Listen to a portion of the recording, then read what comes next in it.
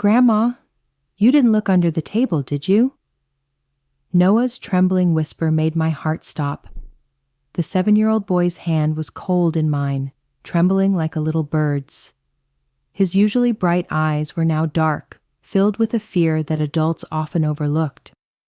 At table 8, in the middle of his father's splendid wedding, I suddenly felt the atmosphere tense, as if the whole room was hiding a secret under the music and laughter. And right then, I knew something terrible was waiting under that table. Jessica, his bride, looked perfect. The beaded dress, the practiced smile. When she raised her glass for photographs, the flash lit her up like a stage star. People admired her easily. I tried to. It still felt like I was trying on a coat that didn't fit. Noah rolled his red toy car back and forth across the white tablecloth. The little wheels ticked against the fabric's weave. "It's okay," I told him, because that's what grandmothers say. But he didn't relax. His eyes flicked toward the floor, then at me, then at the floor again. The car slipped from his hand and thumped onto the carpet. I touched his shoulder. "I'll get it." He flinched. "No," he said quickly. "Grandma, you didn't look under the table, did you?" He said it again, almost the same words, but smaller now, as if he was afraid of what the question might pull up from the dark. I didn't look yet, not right away. Instead, my mind did what minds do. It reached backward, as if some answer was stored in the past. Before today, there was Sarah. I don't tell that story to everyone. Not every room is safe enough for grief. But I will tell you the shortest version I can. Sarah loved our family with both hands. She hummed while she cooked. She set bowls of chili in front of me like gifts. She tucked Noah in and sang him through fever nights when he was barely old enough to hold a spoon. Michael adored her. I did too. And then the call came. And a truck didn't stop, and the world ended in 1 hour that no one could reverse. At the funeral, Michael's shoulders shook in front of the coffin. Noah gripped my skirt and asked where his mother had gone. I said a beautiful place because the truth was too jagged to hand to a child. After that, our home took on a different sound, quieter, thinner. Michael worked late. Noah stopped telling stories about school. At bedtime, he asked, "Grandma, tell me about Mommy." And I did, night after night, so he wouldn't forget the shape of her love. Claire came closer into our lives then, my adopted daughter, patient and steady. She'd sit with Noah for hours, tracing letters with him, making little paper airplanes, listening more than speaking. Some people think love is loud. I've learned it can be quiet too. Years passed that way. And then Michael brought Jessica to dinner. She knew how to smile at the right moments. She complimented the curtains and the casserole. She had a way of resting a hand on Michael's sleeve that said, "He's mine now," and maybe that was the point. She offered Noah a chocolate bar. He turned his head and didn't take it. The smallest, no. The kind that slides past most grown-ups. I didn't miss it. After that, the signs came one by one, enough to register, not enough to accuse. She returned from the park with Noah's shirt streaked and his face blank as an unlit window. I once heard her say, when she thought no one was listening, "Stand still, Noah. Stop acting like a baby." When she saw me, her voice switched, sugar over lemon. "Look how clever he is. He built a tower." She clapped and smiled at nothing. Noah turned 7. Claire baked a cake, chocolate, thick with icing. His eyes lit up when he hugged her. Jessica said, "Happy birthday, champ," and patted his shoulder like he belonged to someone else. Then Mrs. Miller, his teacher, took me aside. "He's quieter," she said gently, withdrawing. That night, Noah tugged on my sleeve and whispered, "Miss Jessica doesn't love me." I didn't correct him. He wasn't wrong. And now, under chandeliers and applause, Michael had married Jessica. The table numbers stood in silver frames.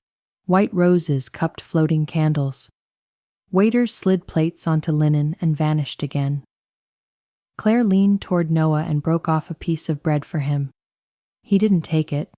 He kept glancing at the floor. The toy car had fallen. I reached for the tablecloth. "Grandma, please," he said. The word please was too old for a 7-year-old. It made my throat tighten. I lifted the cloth. Shadows startled my eyes. The underside of parties is always the same. Chair legs, dropped napkins, a smear of somebody's spilled sauce. And there, where Noah's small knees almost touched, lay a folded slip of paper. White. Plain. Forgettable, unless you have reason not to forget. I didn't move at first. I just looked at it the way you look at something that might be a snake or might be a stick. Then I reached down and took it. The paper was warm from the room. I settled back into my chair and set it in my lap. "Noah," I whispered, "did you see who—" He shook his head quickly, eyes on the tablecloth. "I just saw it." Claire's attention sharpened. She had the good sense not to speak. Across the room, Jessica laughed at something a cousin said and tilted her head so the photographer could catch her good angle. Michael raised a glass to an old friend. If you edited the sound off the scene, it could have been any wedding. I slid my thumb under the fold. For a second, I saw Sarah's handwriting in my memory. Little loops, like soft waves. This wasn't Sarah. This was a rougher line. Hurried. 3 lines of text. I read them in a whisper so faint I could barely hear myself. Table 8. Add shrimp to the child's serving. I didn't breathe. I didn't blink. For a beat, time flattened into a single moment where nothing else existed. No music, no flowers, no polite talk. Just ink on paper. Just a sentence aimed at a child with a shellfish allergy, a fact everyone in our family knew. My hand closed around the note, not to hide it, to feel something solid when everything inside me was falling. I had never in my life wanted to be wrong so badly. I looked at Noah. He had gone still. He watched my face, trying to figure out whether he should be more afraid. He shouldn't have to wonder. I put the note into my purse, not to make it disappear, but to keep it safe. The purse felt like the only thing on me that locked. "Claire," I said softly, without looking away from Noah, "keep him right here with you." She nodded. Her voice came out steady. "Of course." I stood up. The room adjusted to my height the way rooms do when someone at a table changes levels. No one noticed. No one needed to, yet. I placed a hand on Noah's hair to let him feel me there. "I'll be right back," I said. He nodded the tiniest nod. I didn't head for the microphone. Not yet. That impulse belongs to anger, and anger makes mistakes. I walked toward the hallway that led to the bar and the service corridor. A pair of waiters were exchanging trays, white plates going out, empty ones coming in. One of them, young, dark hair, nervous energy, had brought food to our table twice already. "Excuse me," I said. He turned, hesitant. "Yes, ma'am? What's your name?" "Chris." I took the folded note from my purse and opened it only enough for him to see the words without seeing my hand shake. "Did someone give you this?" Color drained from his face. "Oh my God," he whispered. That's mine. I mean, not mine. I dropped it. Someone handed it to me to pass to the kitchen." His breath hitched. "I didn't read it." "I swear." "Who handed it to you?" "A woman," he said quickly. He looked toward the ballroom as if the answer might be floating above the guests. "I don't know her name." "Can you point her out?" He swallowed. Maybe, if I see her again. Then more quietly, is the child okay? He's with someone who loves him, I said. It wasn't the direct answer he wanted, but it was the truth I needed to anchor to. Chris, listen to me. No shrimp goes on any child's plate tonight. Not by mistake, not as a substitution, not as a decoration. He nodded so hard it almost made me dizzy to look at him. Yes, ma'am. I'll tell the chef right now. Thank you. I folded the paper again, tighter this time, as if edges could hold back the flood gathering under my ribs. On my way back into the ballroom, sound returned in layers. The music first, then the hum of voices, then the soft clatter of cutlery. I saw Michael at the far end, laughing at an old story with an old friend, his hand on the man's shoulder like he used to when we were all younger and happiness didn't feel as fragile.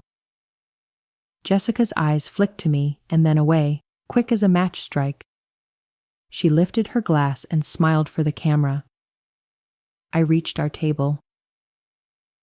Claire had angled her chair closer to Noah's, making herself a small wall between him and the room. He held his toy car again, but didn't roll it. He looked up at me, and I knew I had failed at hiding whatever was on my face. It's okay, I told him, because he needed to hear it, and because sometimes you say the words first and make them true after. I sat. The master of ceremonies tapped a microphone. Ladies and gentlemen, he said, if you'll take your seats. Chairs scraped. We'll begin service. Service. It was the wrong word for what I was about to do. I slipped my hand over Noah's and felt the thrum of his pulse in that small bird bone wrist. I could stand up now. I could hold the note high and let the room decide what to believe. Or I could take one more breath and do this the right way, for Noah, for Michael, for the truth that would have to survive more than one shocked moment. Grandma, Noah whispered, almost like a prayer. Did you see it? Yes, I said. I saw it. Is it bad? I looked at him. I wanted to promise him a world without bad things, but he was 7, and 7 is old enough to understand that safety isn't guaranteed. It's made. It's not going to touch you, I said. That's what I know. I felt Claire's eyes on me, steady, ready. I lifted my chin and let my breath even out. When the first plates started to move toward our table, I stood. There are moments you don't plan for, only become. This was one of them. I placed my palm lightly on the tablecloth, as if to steady it, and lifted my voice just enough to gather the room without breaking it. Before we eat, I said, and the sound carried farther than I expected. There's something we need to make clear. I reached into my purse for the note. Before we dive into today's drama, be sure to subscribe to the Twisted Hearts channel and turn on your notifications. Here, you'll always find stories of sacrifice, betrayal, and unexpected twists. Where are you watching? Leave a comment below. Maybe the next story resonates with your own personal experience. The note felt heavier than it was, folded in my hand like a stone. I hadn't shown it yet. Timing mattered. To stand too soon would make me sound hysterical. To wait too long would be dangerous. As I stood at the table, voices softened, chairs shifted. Jessica turned her head, curiosity flickering in her eyes. I saw her quick glance at Noah, then at me. For a moment, I caught something sharp behind her smile, like the glint of broken glass hidden in sunlight. But before we leap ahead, let me take you back through the path that led us here. Because every betrayal has a trail, and every wound has its warnings. After Sarah died, our family's grief shaped us in uneven ways.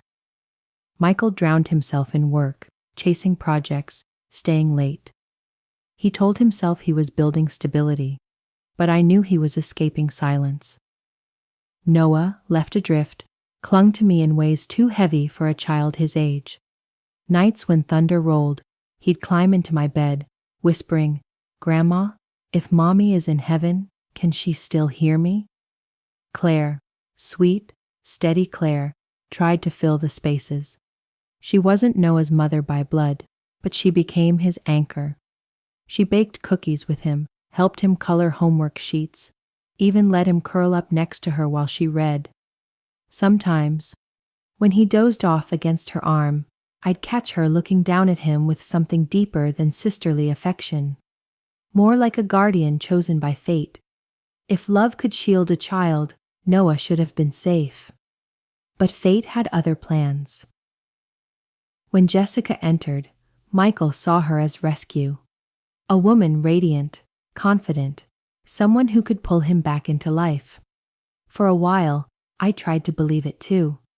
At dinners, she laughed in the right places, touched his hand at the right times, even offered to help me in the kitchen, though she never lifted more than a teacup. But Noah did not believe. His instincts were sharper than ours. I remember one Sunday. She took him to the park.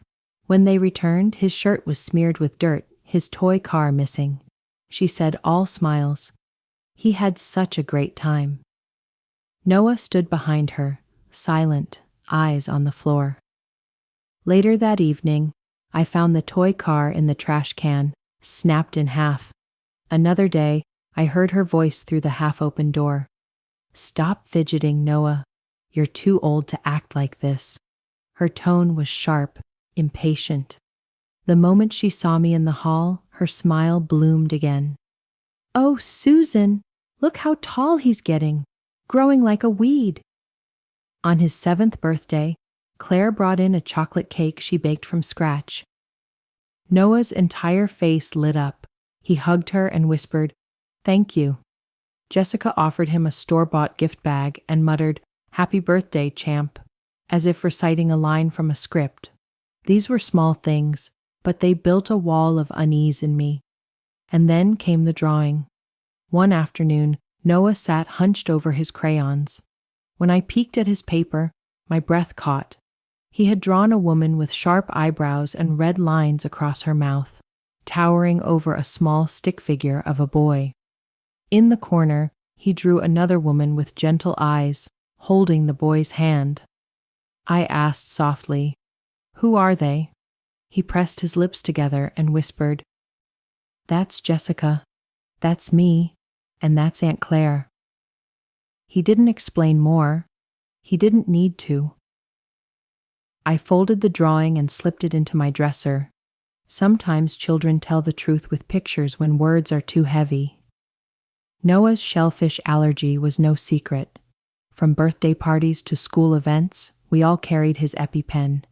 Even Jessica had been told, repeatedly. I remember clearly. One evening, Michael explained it to her. She nodded, almost too quickly, and said, of course, I'll be careful." But weeks later, I caught her offering Noah a snack bag. I took it gently from his hand and checked the label. Shrimp powder. I forced a calm smile. "Let's choose something else, sweetheart." Jessica waved it off. "Oh, I didn't notice. Just a mistake." "A mistake? Yes.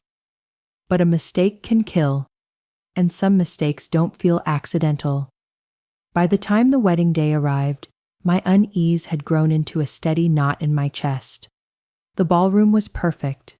Flowers, music, polished speeches. Guests raised glasses and praised Jessica's beauty.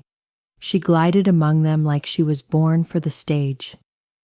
Michael looked younger than he had in years, his grief softened by her presence.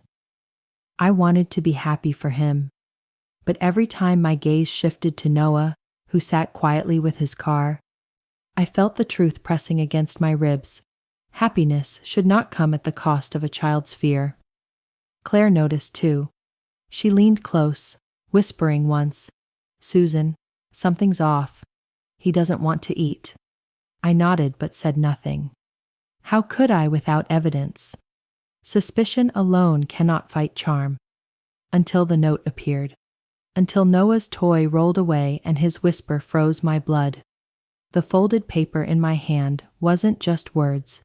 It was a verdict waiting for light.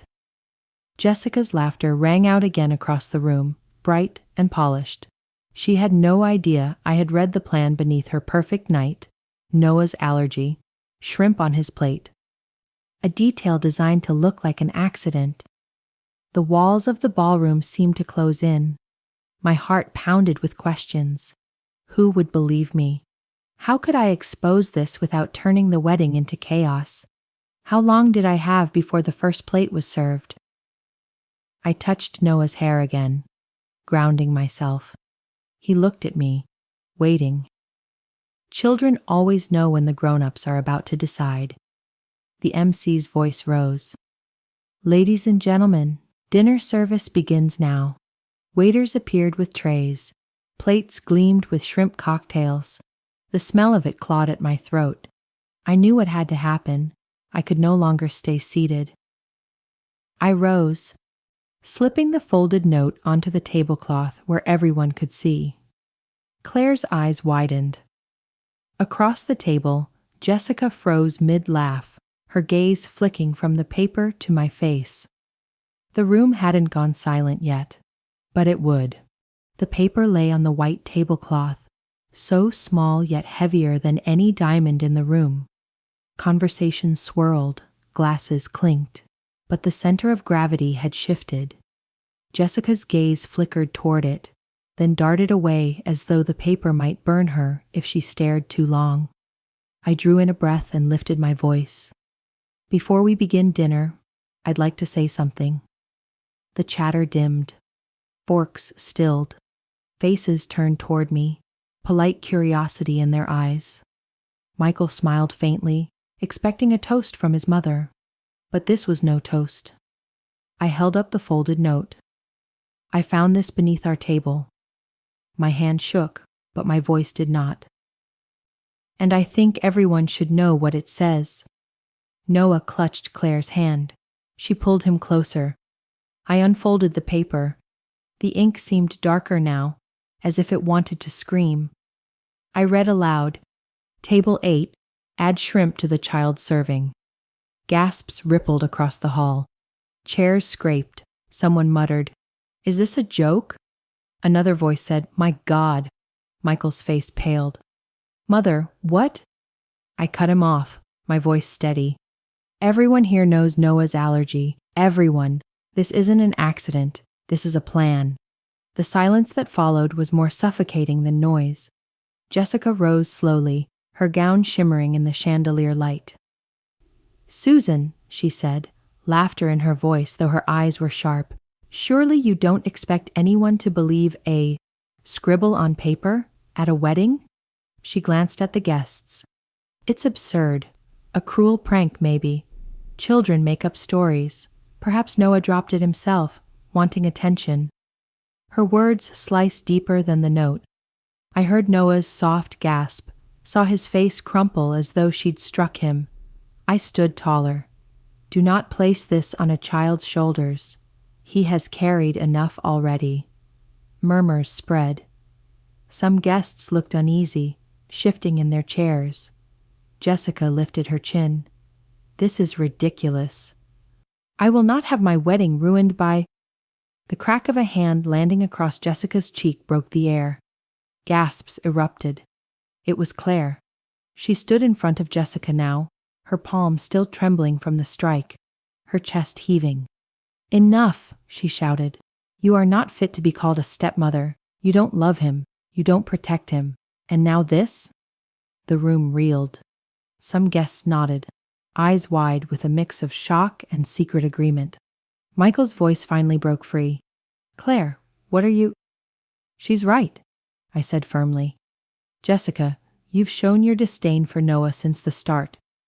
But this is attempted murder dressed up as an accident. Jessica scoffed, pressing her hand to her reddening cheek. How dare you? At that moment, I gestured to the young waiter who had been hovering nervously near the door. Chris, I called, my voice firm. He stepped forward, shifting uncomfortably under the weight of every eye. I held the note out. Tell them. He swallowed. Someone handed this to me, told me to give it to the kitchen. I didn't read it at first, but when Mrs. Collins showed me, I realized what it said. His voice cracked. It was a woman. She was standing near the bar. Jessica laughed bitterly. A woman? That could be anyone. How convenient. A new voice trembled through the silence. It was her. Every head turned. Heather, Jessica's younger sister, rose slowly from a corner table. Tears streaked her face. Her hands twisted nervously in her lap. It was Jessica, she whispered louder now. She told me to give that note to Chris. She said it was important. I didn't know what it meant until now. The room froze. Jessica's eyes blazed. Heather, stop it. You don't know what you're saying. Heather shook her head, sobbing. I know exactly what I'm saying. You wanted to hurt Noah. You wanted him gone. A collective gasp rose.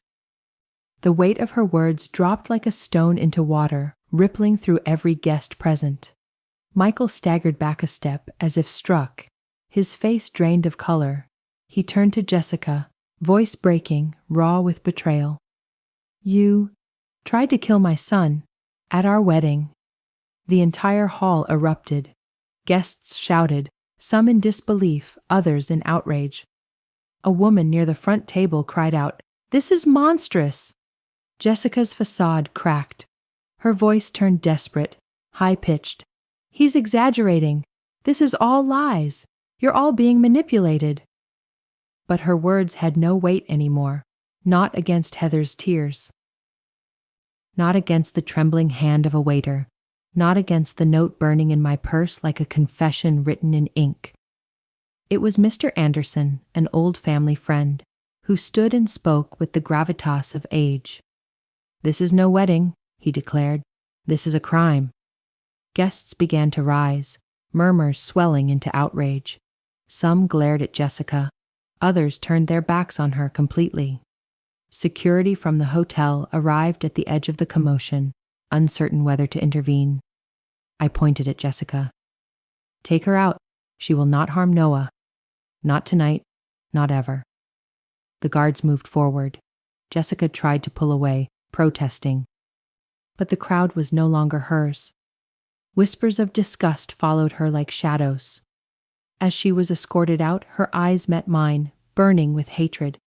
I didn't flinch, because the truth had been spoken, and there was no taking it back. Noah leaned against me, his small body shaking. Claire wrapped her arms around him, whispering that he was safe now. Michael sank into a chair, his face buried in his hands. The turning point had come. Masks were torn away, and what had been suspicion was now truth, undeniable and final. The ballroom was no longer a place of celebration.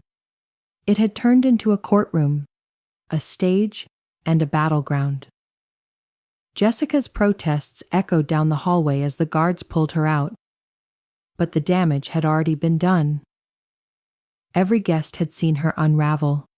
Every guest had heard her sister confess. Michael sat slumped at the head table, his glass of champagne untouched, his hands pressed against his temples as though he could squeeze the betrayal out of his skull. I touched his shoulder. He looked up, eyes glassy. Mother, he whispered, how could I not have seen? I shook my head. Love blinds us, but Noah was never blind. He felt it from the start. Noah sat between Claire and me, his small hand tangled in Claire's fingers. He looked so young, so breakable.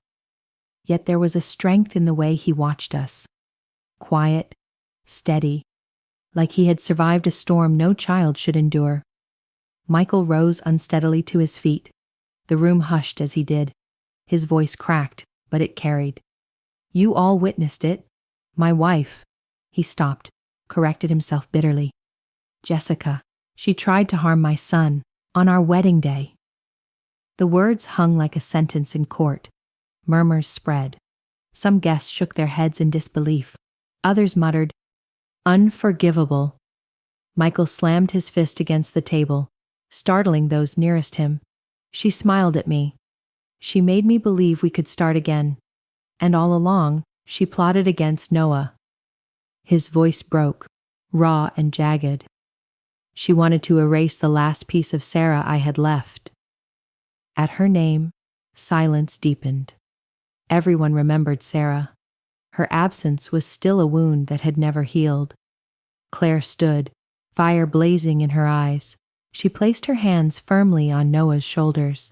This boy deserves love, not cruelty. He deserves to grow up knowing he is cherished, not treated like a burden. If Jessica thinks she can break him or break this family, she was wrong. Noah leaned into her touch, and in that moment, the truth was undeniable. Claire had already become more of a mother to him than Jessica ever could. The crowd responded with nods, murmurs of agreement. For once, outrage united them, but then she returned. Jessica had broken free of the guards, storming back into the ballroom with wild eyes and hair falling loose from its perfect bun. "You fools!" she shrieked. "All of you! You think you know the truth? You've been manipulated by lies and jealousy." Gasps rippled through the crowd as she staggered forward. "Michael," she cried, "you love me. You said we'd build a future together. Don't let them take that away." Michael's voice was ice. "That future died the moment you tried to hurt my son." Jessica's face twisted, desperation turning into venom. "You'll regret this," she hissed. "All of you." Heather stepped out from behind her table, trembling but resolute. "No, Jessica, enough." Her voice was thin but carried across the hall. "I covered for you too many times. I made excuses. But tonight I saw who you really are, and I won't stay silent anymore." Jessica's jaw tightened. "You're my sister. You owe me loyalty." Heather shook her head, tears streaming. "Loyalty ends when cruelty begins. You nearly destroyed a child. That's not family. That's evil." The crowd erupted into applause, not the joyous kind, but sharp, righteous. It was the sound of judgment. Security moved forward again. This time, Michael himself raised his hand. "Take her out," he said firmly, "and keep her away from my son." Jessica fought, thrashing, her screams echoing like an animal cornered. But the crowd no longer saw a bride. They saw a predator unmasked. As she was dragged out once more, her eyes found mine. Hatred blazed there, a promise of vengeance. But I didn't flinch. I had seen hatred before. I knew that truth would outlast it. When the doors finally closed behind Jessica, the ballroom fell into silence, broken only by Noah's unsteady breathing. Michael turned to his son, tears streaking down his face. He knelt before him, lowering himself until his eyes were level with Noah's. His voice cracked as he whispered, "Son, forgive me. I failed you. I didn't see. I didn't protect you." His hands trembled as they rested on Noah's small arms. "But I promise you this, never again. From this day forward, you will never face fear alone." Noah stared at him for a moment, wide-eyed. Then he whispered, almost too softly to hear, "I just wanted Mommy." The words pierced every heart in the room. Claire knelt beside them, her hand on Noah's back. "She's gone, sweetheart," she murmured, "but love doesn't die. It changes form, and I'll never let you feel unloved." Mr. Anderson spoke again, his voice solemn. "What we've witnessed tonight is both tragedy and revelation. Evil hides in plain sight, but so does love. This family has lost much, but I see in this boy, and in those who protect him, the strength to endure." Other guests nodded, voices rising in agreement. "That's right. He deserves better." Justice was done tonight. It wasn't just a family matter anymore. It was public, witnessed, recorded in memory. Jessica's reputation, her facade of perfection, had shattered beyond repair. Before the evening ended, hotel management assured Michael that Jessica would be reported to authorities. Heather offered her statement, voice trembling but clear. Chris, the young waiter, promised to stand as witness if needed. The net was closing. Jessica had wanted Noah erased quietly, under the guise of an allergic accident. Instead, her own mask had been torn away, and the whole community had seen her for what she was. That was justice. Not the kind that comes from fists or fury, but the kind that comes from truth, witnesses, and the courage to speak. When the ballroom began to clear, Noah turned to Claire. His voice was small, uncertain, but it carried. "Aunt Claire, can you be my mommy now?" The words dropped like soft rain into the room. Michael broke down completely, covering his face with his hands. Guests whispered, some dabbing tears from their eyes. Claire hugged him, pressing her cheek against his hair. "I already am," she whispered. And in that moment, I saw something Sarah would have wanted. Her son safe, her grandson loved. The circle of love hadn't closed. It had widened. The revenge had come, not by cruelty, but by exposure, by truth, by the resilience of a child and the strength of those who chose to stand beside him. But our story wasn't finished. Healing had to follow. The ballroom emptied slowly, like the tide pulling back from shore. What had begun as a night of celebration ended in whispers, shaken heads, and tears. Guests filed out, some casting sympathetic glances toward Michael, others patting my hand with murmured words of comfort. Noah remained close to Claire, his small body pressed against her side. His toy car, scratched from its fall, rested on the table like a survivor of the chaos. He ran his thumb along its chipped paint, quiet but calmer now that Jessica was gone. Michael sat slumped in a chair, staring at nothing. His wedding ring gleamed under the lights, but it already felt meaningless. When I placed a hand on his shoulder, he whispered, "I brought a wolf into my own house, Mother, and I didn't even see her teeth." I squeezed gently. "Wolves wear disguises, but you saw her tonight, and you chose your son." He turned to me, tears rimmed in his eyes. "Do you think he'll ever forgive me?" I looked at Noah, who was now leaning into Claire's arms, safe and warm. "Children forgive faster than we deserve," I said softly. "But you'll have to show him, day by day, that he is safe." By the next morning, the city buzzed with talk. Whispers spread from guest to guest. Phone calls retold the scene with growing drama. The bride tried to harm the groom's son. By noon, Jessica's name was heavy with disgrace. Heather came to the house, her eyes swollen from crying. She confessed everything, how Jessica had pressured her, how fear had silenced her for too long. "I'm sorry," she sobbed, clutching Noah's small hands. "I didn't know what she planned. I never would have helped if I knew." Noah, in his quiet innocence, looked at her and simply said, "It's okay. You stopped her." The forgiveness in his voice made Heather collapse into deeper tears. Chris, the young waiter, also came forward officially. His written statement was added to the record. For once, the truth did not hide in shadows. That evening, Michael sat with Noah in his lap for the first time in months. He brushed his son's hair back gently, his voice low and broken. "I'm so sorry, buddy. I thought I was giving us a new life. I didn't see that she was taking it away from you." Noah leaned against his chest, silent for a long while. Finally, he whispered, "I just want you and Grandma and Aunt Claire. That's enough." Michael broke into tears again, clutching him tightly. Claire joined them, her presence natural, unforced. She placed her hand on Noah's back and met Michael's eyes. In her gaze, There was no accusation, only strength. In that small living room, amid the photographs of Sarah that still graced the mantel, I felt something shift. Not the end of grief, it never ends, but the beginning of healing. Weeks later, I hosted a quiet dinner.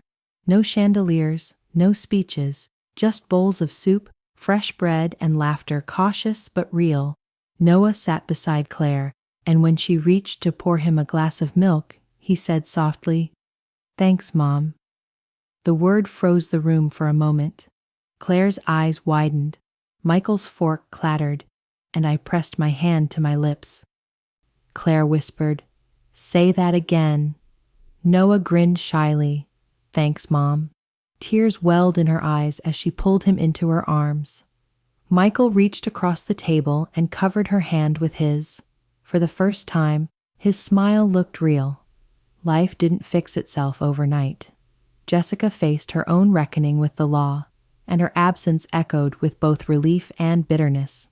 Trust would take time to rebuild, but slowly a rhythm returned.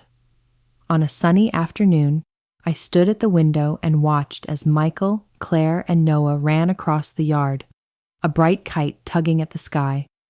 Noah's laughter rang clear, chasing away the last ghosts of that wedding night. I whispered to myself, family isn't just blood, it's love, chosen and proven. And I thought of Sarah, how proud she would be to see her son and grandson finally safe, loved, and free.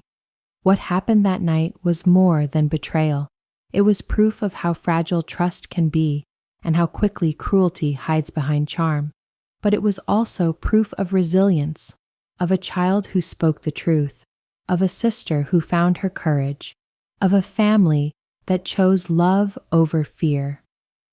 And that is what I want you to take with you. If you were in my place, would you have spoken up? Would you have lifted that tablecloth?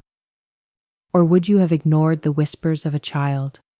Don't, because sometimes children see the truth long before we dare to. So tonight, as you turn off this video, remember, respect isn't given by blood alone. It is earned through love, protection, and kindness. Noah is safe because he had people who chose to stand for him. That is what family means. And now, I want to ask you, have you ever witnessed injustice inside your own family? What did you do? What would you have done differently? Share your story in the comments. Here at Tangled Heart Stories, no one is alone. Each story is a reminder that we can demand dignity, protect innocence, and find healing even after betrayal. If this story touched you, leave a message for yourself in the comments, something you wish you could hear when life felt unfair. And don't forget to subscribe and ring the bell so you won't miss the next tale of sacrifice, betrayal, and the twists that turn pain into justice.